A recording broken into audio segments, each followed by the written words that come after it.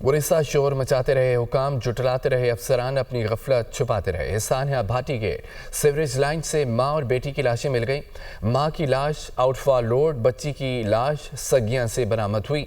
मां बेटी का पोस्टमार्टम मुकम्मल हो चुका है। लाशें उड़ीसा के हवाले की गईं। हादसे से पहले की सीसीटीवी फुटेजेस भी सामने आ गई हैं।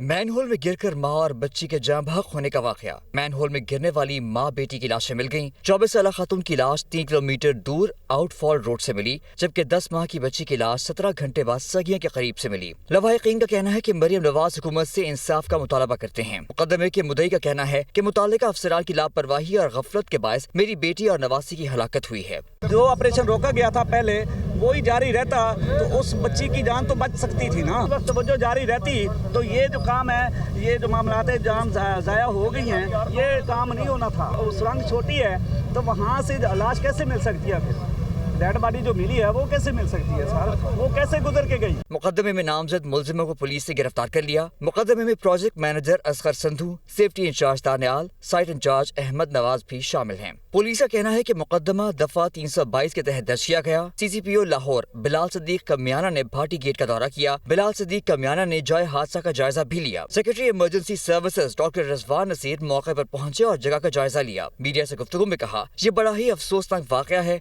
माँ और बेटी की लाशें मिल चुकी हैं। कॉल आते ही रेस्क्यू ऑपरेशन शुरू हो गया था। वाकई की इंक्वायरी कर रहे हैं।